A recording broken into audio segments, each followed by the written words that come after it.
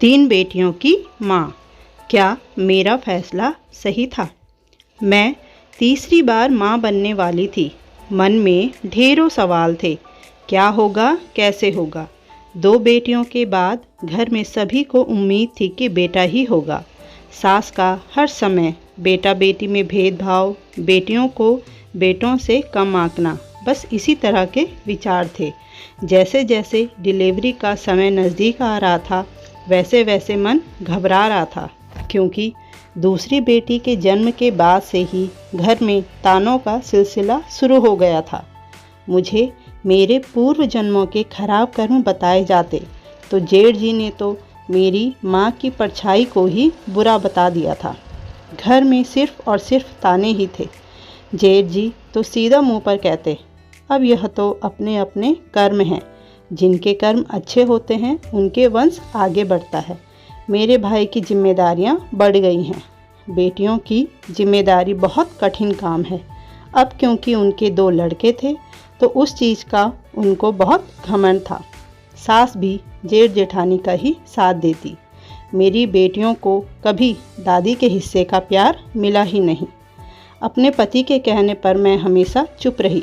वह हमेशा कहते, कुछ बातों का जवाब समय खुद दे तो अच्छा है।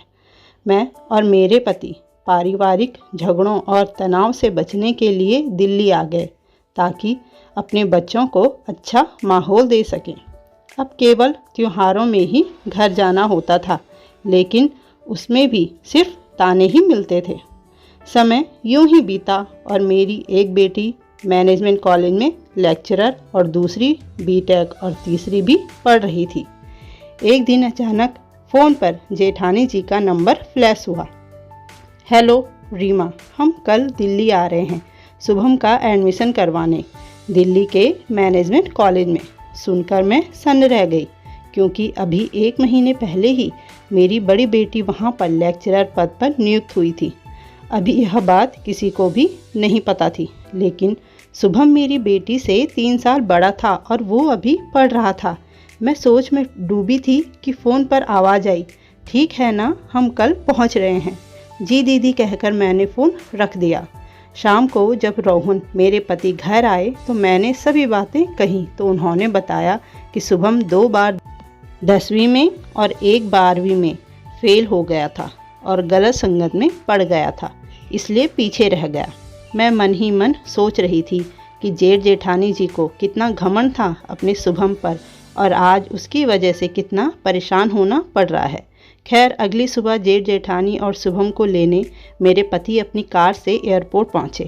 कार को बड़ी बेटी खुशी ही ड्राइव कर रही थी।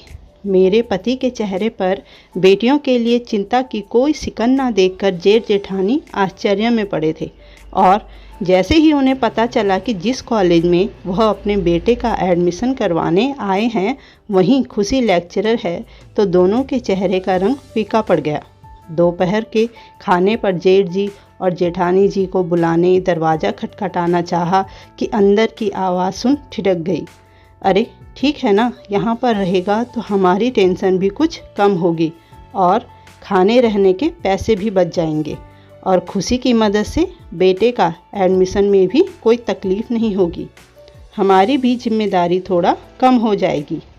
रात में खाने की टेबल पर आदतानुसार जेठ जी ने मेरे पति से कहा, देख रोहन, मैं तो कह रहा था कि शुभम को हॉस्टल में रख देते हैं, लेकिन मेरा फैसला कोई नहीं मान रहा है। माँ और तेरी भाभी कह रही हैं कि शुभम के भी कुछ फ़र्ज हैं इस घर के लिए। यहीं रहेगा तो तुम लोगों के लिए भी कुछ सहारा हो जाएगा बेटे का। बाहर के कितने काम होते हैं, सब तू अकेले ही देखता होगा। कहाँ बार बार बेटियों को बाहर भेजता रहेगा। अब तेरा बेटा होता तो हमें यह सोचने की ज़रूरत नहीं होती। बेटियों को भी भाई का सहारा मिल जाएगा। तभी मैंने मुस्कुराते हुए कहा, आपका फैसला बिल्कुल ठीक है भाई जी, शुभम को आप हॉस्टल में ही रखिए। अब खुशी और शुभम दोनों साथ कॉलेज जाएंगे तो लोग 1000 सवाल पूछेंगे कि छोटी बहन लेक्चरर और बड़ा भाई अभी पढ़ाई कर रहा है, और यहाँ रहेगा तो उसके साथ उसके दोस्त भी आएंगे। अब दोस्तों को मना भी नहीं कर सकते। अब बेटियों के माँ बाप होने के नाते इतना तो सोचना पड़ता है ना। आप चिंता मत कीजिए, हम हॉस्टल जाते रहेंगे और खुशी है ना, वो शुभम का अच्छा इंतज़ाम करा देगी। अब इतना तो कर ही सकती है अपने बड़े भाई के लिए। और रही बात बाहर के कामों की, तो मेरी बेटियां सक्षम हैं उसके लिए, मैंने व्यंग्यात्मक मुस्कान लेते हुए कहा। दोनों जेठ और जेठानी मुझे गुस्से से देखते रहे, लेकिन मुंह से कुछ बोल नहीं पाए। धन्यवाद दोस्तों। कहानी पसंद आई हो कमेंट, लाइक, चैनल को सब्सक्राइब जरूर करिएगा।